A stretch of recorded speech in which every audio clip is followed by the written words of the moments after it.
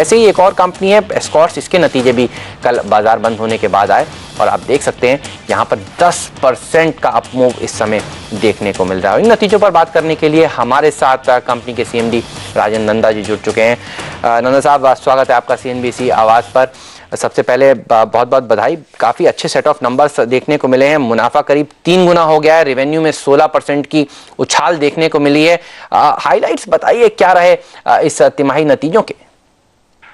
हमने इस दफे ध्यान बहुत क्वालिटी पे दिया है और टेक्नोलॉजी पे दिया है, और जब भी हमने कोई नया मॉडल इंट्रोड्यूस किया नए फीचर से, हमने दाम जरूर थोड़ा थोड़ा बढ़ाया है। डिस्काउंट पे ज्यादा नहीं गए क्योंकि हमें अपनी प्रीमियम पोजीशन एस्टैब्लिश करनी है मार्केट में, और उसका नतीजा अच्छा ही आ रहा है।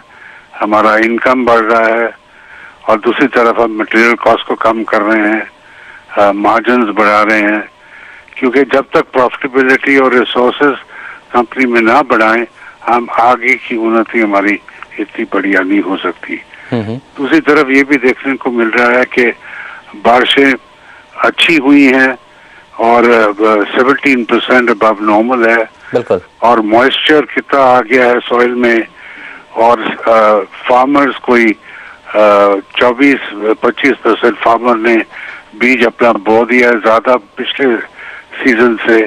मतलब आने वाली फसल भी काफी बड़ी हुई आएगी और अगला 2 सीजन जो होगा तगड़ा होगा। तो हमें इसकी तैयारी जरूर करनी है।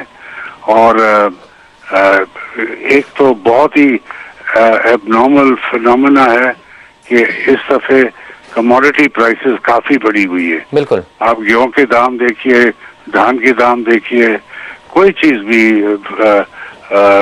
दाम देखिए। बिल्कुल, सरकार ने भी एमएसपी मिडलमैन भी बहुत पैसे में एमएसपी को सरकार ने भी बढ़ाया है। आपसे ये जानना चाहता हूँ नंदा साहब, इस समय कंपनी का मार्केट शेयर कितना है ट्रैक्टर सेगमेंट में खास तौर पर, और यहाँ पर आगे क्या उम्मीद है? क्या उस मार्केट शेयर को और आप बढ़ाते हुए नजर आएंगे? हम बढ़ाएंगे, पर ग्रेजुअली बढ़ाएंगे। हमारा फोकस जो है इस दफे मॉडल्स बढ़ाने में, टेक्नोलॉजी बढ़ाने में, उसके साथ प्रॉफिट बढ़ाने में।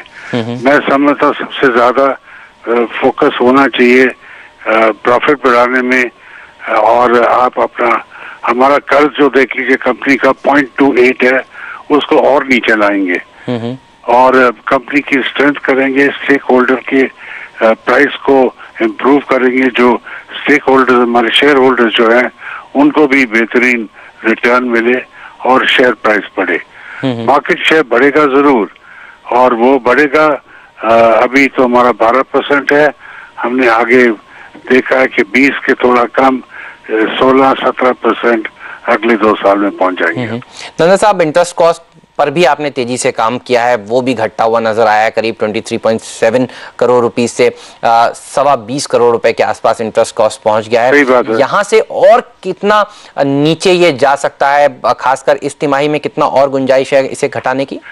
देखिए, वर्किंग कैपिटल पे डिपेंड करता है, सीजनल बिजनेस है, ऑफ सीजन ऑन सीजन पे लेवल हो जाता है इंटरेस्ट कॉस्ट।